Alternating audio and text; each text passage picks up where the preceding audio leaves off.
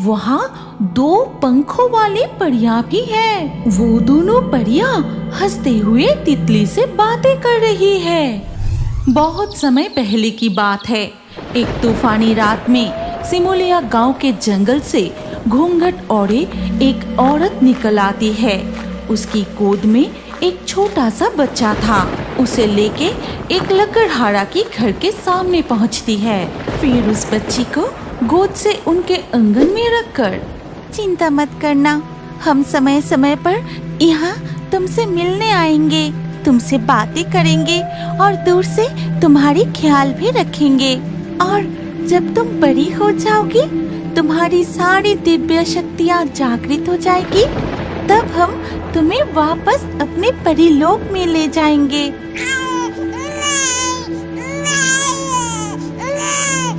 भाग्यवान, बाहर से कोई बच्चे की रोने की आवाज आ रही है। अरे हाँ, इस तूफानी रात में बच्चे की रोने की आवाज आ रही है। चलो बाहर जाके देखते हैं। उसी वक्त वो लकड़हारा दंपति की बातें सुन लेती है। समझ जाती है कि वो बाहर आने वाले हैं। अब मुझे जाना होगा और मत रो। जैसे ही लकड़हारा दंपति बाहर निकलते हैं, वो अपने आंगन में उस प्यारी सी बच्ची को देखते हैं। तभी मिनती जाके उसे अपनी गोद में उठा लेती है। अरे ये क्या, हमारे आंगन में ये किसका बच्चा है? कितनी प्यारी बच्ची है। क्या भगवान ने मेरी सोनी गोद भरने के लिए ही इसे हमारे पास भेजा है? आसपास तो कोई दिखाई नहीं दे रहा। हाँ, भगवान की यही इच्छा है। आज से हम दोनों इसकी माता पिता है। इसे हम बहुत प्यार से पालेंगे। फिर लकड़हारा दंपति उस बच्ची को लेकर कमरे में चले जाते हैं। फिर उस बच्ची को लकड़हारा दंपति अपने ही बच्चे की तरह परवरिश करते हैं। और इसी तरह देखते ही देखते 7 साल बीत जाते हैं। ऐसे ही एक दिन सुबह, माँ, मैं खेलने जा रही हूँ। मेरे दोस्त मुझे कब से बुला रहे हैं। वो मेरा इंतजार कर रहे हैं। ठीक है बेटी, लेकिन ध्यान से खेलना, ज्यादा भाग दौड़ मत करना। ठीक है माँ, अब मैं चलती हूँ। ऐसा कहकर तितली खुशी खुशी घर से निकलकर थोड़ी दूर नदी के पास वाले पेड़ पर चढ़कर बैठ जाती है। हम कब से तुम्हारी इंतजार कर रहे हैं। तुम्हारे बिना हमें खेलने में बिल्कुल मन नहीं लगता। हाँ तितली, तुम हमारी सबसे प्यारी दोस्त हो। तुम्हारे साथ बात किए बिना दिन अधूरा लगता है। उसी वक्त तितली के माता पिता जंगल के रास्ते लकड़ी बीनने जा रहे थे। वो दूर से देखते हैं कि तितली पेड़ की डाल पर बैठकर पंछियों से बातें कर रही है। हमारी तितली रोज इस पेड़ पर चढ़कर पंछियों से खेलती है, बातें करती है। तुम उसके लिए इस पेड़ पर एक ट्री हाउस बना दो। उससे तितली सुरक्षित रहेगी और हमारे भी चिंता थोड़ी कम होगी। सही कहा। मैं इस पेड़ पर तितली बेटी के लिए बांस से एक ट्री हाउस बना दूंगा। अगले दिन तितली के पिता बांस से उस पेड़ पर एक सुंदर सा ट्री हाउस बना देता है और तितली वहाँ आके ट्री हाउस देखकर बहुत खुश होती है। पिताजी, आप मेरे लिए ये ट्री हाउस बनाया है? हाँ बेटी तितली, तुझे पसंद आया ना? हाँ पिताजी, मुझे बहुत पसंद आया। ऐसा कहकर तितली पेड़ में चढ़कर ट्री हाउस में बैठ जाती है। फिर उसके सभी पंछी दोस्त उड़ते हुए आके डाल पर बैठ जाती है और तितली से बहुत सारे बातें करने लगते हैं। ऐसे ही दिन बीतने लगे। फिर एक दिन सुबह घर से निकलकर तितली अपने ट्री हाउस के सामने जाते ही उसके सामने एक बाघ आ जाता है।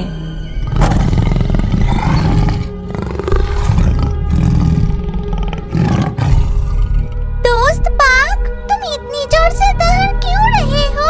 क्या हुआ तुम्हें? उसी समय तितली के माता पिता भी जंगल में लकड़ी बीनने जा रहे थे। वो दूर से अपनी बेटी को बाघ के सामने देखकर बहुत डर जाते हैं। फिर वो एक आश्चर्य दृश्य देखते हैं। तितली बाघ के पास जाकर उसके सिर पर हाथ फेर रही होती है और बाघ चुपचाप उसके पास खड़ा रहता है। ये मैं क्या देख रही हूँ हमारी तितली बाघ के सामने। चिंता मत करो, वो बाघ उसे कुछ नहीं करेगा। अब तक तो हमें लगता था कि हमारी बेटी इस जंगल की पंछियों से प्यार करती है, बातें करती है। अब तो देख रहा हूँ बाघ के साथ भी दोस्ती कर ली है। ऐसा कहकर संतोष और मिंटी निश्चिंत होकर लकड़ी बीनने चले जाते हैं। ऐसे ही दिन बीतने लगे। एक दिन सुबह, माँ, मैं ट्री हाउस में खेलने जा रही हूँ। ध्यान से जाना बेटी, ज्यादा उछल कूद भाग दौड़ मत करना। ठीक है माँ, अब मैं चलती हूँ। हर दिन की तरह तितली अपनी ट्री हाउस की ओर चली जाती है। उस दिन उसके माता पिता जंगल के उस रास्ते से जाते वक्त वो पेड़ पर और एक आश्चर्य घटना देखते हैं। हे जी, जो मैं देख रही हूँ, क्या तुम भी वही देख रहे हो? हे भगवान! हाँ भाग्यवान, मैं भी वही देख रहा हूँ। इनके बारे में मैंने सिर्फ कहानियों में सुना था, आज सामने देख रहा हूँ। हमारी तितली कोई साधारण लड़की नहीं है, तो उसकी असली माता पिता कौन है? तितली के पालक माता पिता देखते हैं कि उस दिन उसके ट्री हाउस में केवल पंछी ही नहीं है, वहाँ 2 पंखों वाली परियां भी है। वो दोनों परियां हंसते हुए तितली से बातें कर रही है। तुम हमारे बारे में किसी को बताए तो नहीं ना? नहीं नहीं परी, मैंने तुम्हारी बात किसी को नहीं बताई। तुम दोनों बहुत अच्छे हो, कितनी प्यारी बातें करते हो। मुझे तुम्हारे साथ जादुई झरना पार करके परी लोग जाने की बहुत इच्छा होती है। हम जरूर तुम्हें परी लोग लेकर जाएंगे, लेकिन अभी वो समय नहीं आया। हमें चलना होगा। तुम्हारे माता पिता किसी भी वक्त आ सकते हैं। हमें देख लेंगे तो मुश्किल हो जाएगी। ठीक है लालिमा परी। फिर नीलिमा परी और लालिमा परी ट्री हाउस से उड़कर जंगल की गहराइयों में चली जाती है और तितली के माता पिता उनका पीछा करने लगते हैं। राजगढ़ के ऊंचे पहाड़ों से बहती झरने की धारा के ठीक पास से एक घना जंगल शुरू हो जाता है और उस जंगल में एक छोटी लाल परी उड़ती हुई घूम रही थी। ये जंगल कितना सुंदर है, कितने सारे पेड़ पौधे, कितने सारे फूल, रसीले मीठे फल, चारों ओर पंछी की आवाज, कितनी सुंदर तितलियां उड़ रही है, चारों ओर कितना सुंदर है। ठीक उसी समय घने जंगल की एक गुफा में आग के सामने एक चुड़ैल साधना कर रही थी, लेकिन अचानक उसका ध्यान टूट गया। मुझे कुछ मीठी सी खुशबू आ रही है, लेकिन ये खुशबू किसी फूल या पक्के फल की तो नहीं है। ये इतनी सुगंधित किस चीज की हो सकती है? ये सोचकर चुड़ैल वो सुगंध कहाँ से आ रही है ये देखने के लिए गुफा से निकलकर इधर उधर देखने लगी। तभी वो छोटी लाल परी को इधर उधर घूमती हुई देखती है। ये तो एक छोटी लाल परी है। अगर मैं इसे पकड़ सकूं, इसके पंख काटकर अपने यज्ञ की आग में आहुति देकर और इसका खून चूस कर पी लूं, तो मैं इच्छाधारी भूत परी बन जाऊंगी। ये कहकर चुड़ैल उस छोटी लाल परी का पीछा करने लगी। फिर लाल परी के पास जाकर चुड़ैल एक बूढ़ी औरत का रूप धारण कर लेती है। बहुत कष्ट आ रही है। और ये आवाज छोटी लाल परी के कानों तक पहुंचती है। तभी वो उसके पास आती है। तुम्हें क्या हुआ है? बहुत तकलीफ हो रही है क्या? हाँ, बहुत तकलीफ हो रही है। लकड़ी काटते समय ये मेरी क्या हालत हो गई। तुम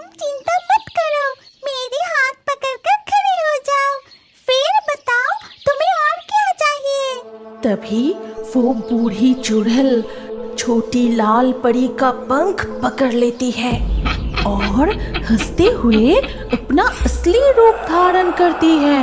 चाहिए चाहिए, मुझे चाहिए तेरे ये पंख और तेरे खून की जरूरत है, जिसे पीकर मैं इच्छाधारी भूत परी बन जाऊंगी। तुम एक चुड़ैल हो, मुझे छोड़ दो, मैंने तुम्हारा कुछ नहीं बिगाड़ा, मुझे छोड़ दो। ये कहकर छोटी लाल परी बहुत रोने लगती है और उसी समय जंगल के ऊपर से प्रकृति देवी जा रही थी। वो छोटी लाल परी के रोने की आवाज सुनकर जल्दी से वहां आती है, लेकिन तब तक चुड़ैल छोटी लाल परी की पंख कट चुकी थी और उसकी खून पीने ही वाली थी। तभी रुको चुड़ैल, उसे छोड़ दो, नहीं तो आज ही तुम्हारी मृत्यु मेरे हाथों निश्चित है। प्रकृति देवी, आप यहाँ अपने मेरी काम में बाधा डाली, लेकिन मैं उसे नहीं छोड़ूंगी। उस परी का खून मैं जरूर पीऊंगी। ये कहकर चुड़ैल छोटी लाल परी की पंख लेकर वहाँ से अदृश्य हो जाती है। अब तुम मुझे बताओ, तुम कौन हो, यहाँ क्या कर रही हो? चुड़ैल ने तुम्हें कैसे पकड़ा? मैं लाल परी हूँ। राजगढ़ पहाड़ के चढ़ने के पीछे हमारे परियों की देश है। नहीं नहीं नहीं लाल परी, मैं तुम्हें वहाँ नहीं जाने दूंगी। तुम अभी भी बहुत छोटी हो। माँ, तुम बिल्कुल भी डरो मत, मुझे कुछ नहीं होगा। मैं पृथ्वी राज्य के जंगल में घूमकर जल्दी ही वापस चली आऊंगी। सुन लो लाल परी, अगर तुम्हारे पंख को कोई चोट लगी तो तुम कभी भी वापस नहीं आ पाओगी। तुम्हें हमेशा हमेशा के लिए पृथ्वी पर ही इंसान बनकर रहना होगा। फिर मैं परी राज्य से झरने की जादुई रास्ते पार करके जंगल में आई और इधर उधर उड़ते हुए खूबसूरत जंगल को देख रही थी। तभी ठीक है, तुम चिंता मत करो, मैं तुम्हारी साथ हूँ। अब मैं जैसे जैसे कहूँगी तुम बस वही करना। इसके बाद प्रकृति देवी जादू से जंगल में बहती नदी में एक छोटी नाव ले आती है। जाओ लाल परी, तुम उस नाव में बैठ जाओ। जब तक तुम्हारी नाव कोई रोकता नहीं, तब तक तुम नाव से नहीं उतरोगी। और सुनो, अगर कोई तुम्हारा नाम पूछे तो अपना नाम रेशमी बताना। प्रकृति देवी के कहे अनुसार लाल परी उस नाव में बैठ जाती है और नाव तुरंत आगे बढ़ने लगती है। नाव बहते बहते बहुत दूर चली जाती है। तभी अरे ये क्या? ये तो एक छोटी लड़की है। ये अकेला नाव से कहाँ जा रही है? तब वो बूढ़ा मछुआरा जल्दी से उसके पास नाव लेकर जाता है। ए लड़की, उठो, तुम अकेली नाव से कहाँ जा रही हो? मैं रेशमी, लेकिन ये मैं कहाँ आई हूँ? मुझे बहुत प्यास भी लगी है, क्या तुम मुझे पानी पिला सकते हो? इस बीच नदी में पानी कहाँ मिलेगा बेटी? तुम चलो मेरे साथ, मेरे घर चलो, वहाँ तुम्हें कोई डर नहीं। वहाँ एक दादी मिलेगी तुम्हें। इसके बाद रेशमी उस बूढ़े मछुआरे के साथ उनके घर जाती है। तभी अरे भाग्यवान, देखो मैं किसे लाया हूँ। तुम्हें पोती बहुत पसंद थी। देखो भगवान ने तुम्हारे लिए एक छोटी पोती ही भेज दी है। अरे ये कौन है? कितनी सुंदर और कितनी मासूम है। तुम्हारा नाम क्या है बेटी? अच्छा, वो सब बाद में पूछना, पहले इसे घर के अंदर तो ले जाओ। बेचारी को खाने के लिए कुछ दो और पानी दो, उसे प्यास लगी है। इसके बाद वो बूढ़ी रेशमी को घर के अंदर ले जाती है। फिर एक थाली में थोड़ा चावल, नमक और मिर्च खाने के लिए देती है। घर में बस इतना ही था बेटी, बूढ़ा हो गया है, ज्यादा मछली नहीं पकड़ पाता। जो मिलता है उसे बाजार में बेचकर थोड़ा ही चावल लाता है। तुम चिंता मत करो दादी, मैं ये खाना खा लूंगी, मुझे कोई तकलीफ नहीं होगी। रेशमी, तुम्हारे माता पिता, रिश्तेदार कहाँ रहते हैं? तुम्हारा घर कहाँ है बेटी? ये बात मुझसे मत पूछो दादी, एक भयानक संकट में मैंने सब कुछ खो दिया है, सब कुछ। मैं नहीं जानती कि फिर से मुझे मेरी सब कुछ कब वापस मिलेगी। मुझे नहीं पता दादी, मुझे नहीं पता। इसके बाद से रेशमी उस बूढ़े मछुआरे के घर ही रहने लगती है। दिन बीतने लगे। ऐसे ही एक दिन, रेशमी बेटी, बहुत दिनों के बाद लौकी उगी है, जरा तोड़ के लाओगी? आज हम लौकी की सब्जी बनाएंगे। मैं अभी तोड़ कर लाती हूँ दादी। फिर धीरे धीरे रात हो जाती है और अगले दिन सुबह होते ही, अजी सुनते हो? जल्दी बाहर आओ, देखो क्या चमत्कार हुआ है। क्या हुआ भगवान? तुम्हारा दिमाग क्या खराब हो गया है? सुबह सुबह इतना जोरों से क्यों चिल्ला रही हो? अरे देखो देखो, लौकी के पौधे फल से भर गया है। इधर टमाटर, बैगन की पौधे फल फूल से भर उठा है। ये कैसे संभव है? मुझे तो विश्वास ही नहीं हो रहा। कब का टमाटर, बैगन, लौकी का पौधा बोया था, कभी भी पौधे में एक फूल भी नहीं खिला, लेकिन आज पौधे तो फूल फल से भर गया है। तभी वो चुड़ैल फिर से वहाँ आती है और कहने लगती है, हाँ, सारे पौधे फल फूल से भर गए। तुम लोग उस परी के जादू किए पेड़ के फल खाओ और मैं उसका खून चूस कर पी जाऊंगी। बहुत दिनों के बाद आज मैं तुझे ढूंढ ही लिया लाल परी। हे भगवान, ये तो चुड़ैल है और परी यहाँ कहाँ से आएगा? ये किसका खून पीने की बात कर रही है? इस बीच चुड़ैल छोटी लाल परी की तरफ बढ़ती है। फिर उसका गला पकड़कर उसे काटने ही वाली होती है। तभी एक भाला आकर उस चुड़ैल की पीठ पर वार करती है। ठीक उसी वक्त वहाँ प्रकृति देवी के साथ छोटी लाल परी की माँ भी आती है। माँ, तुम आ गई हो। वो दुष्ट चुड़ैल ने मेरे पंख काट दिया माँ। वो मेरा खून चूस के अपना ताकत बढ़ाना चाहती थी। चुड़ैल, मैंने तुझे पहले भी चेतावनी दी थी, लेकिन तुम अपने लालच को नियंत्रित नहीं कर सकी, इसीलिए मुझे मजबूर होकर तुम्हें ये सजा देनी पड़ी। अब डरने की कोई बात नहीं बेटी, मैं आ गई हूँ। प्रकृति देवी मेरे पंख का हिस्सा लेकर तुम्हारे लिए नए पंख बना देंगे। फिर हम परी राज्य में वापस चले जाएंगे। इसके बाद प्रकृति देवी माँ परी के पंख से एक पंखुड़ी लेकर छोटी लाल परी के कंधों पर स्पर्श करके मन ही मन मंत्र जपते ही छोटी लाल परी के भी 2 सुंदर पंख बन जाते हैं। अब तो सचमुच रेशमी बेटी हमें छोड़कर परी राज्य लौट जाएगी और हम फिर से अकेले हो जाएंगे। हमारे दोनों बेटे शहर जाकर शादी करके वही रह गया, हमसे कभी मिलने भी नहीं आया, हमारा कोई खबर नहीं लेता। रेशमी को पाकर हम सारे दुख दर्द भूल गए थे, लेकिन अब दादाजी, तुम दोनों दुखी मत हो।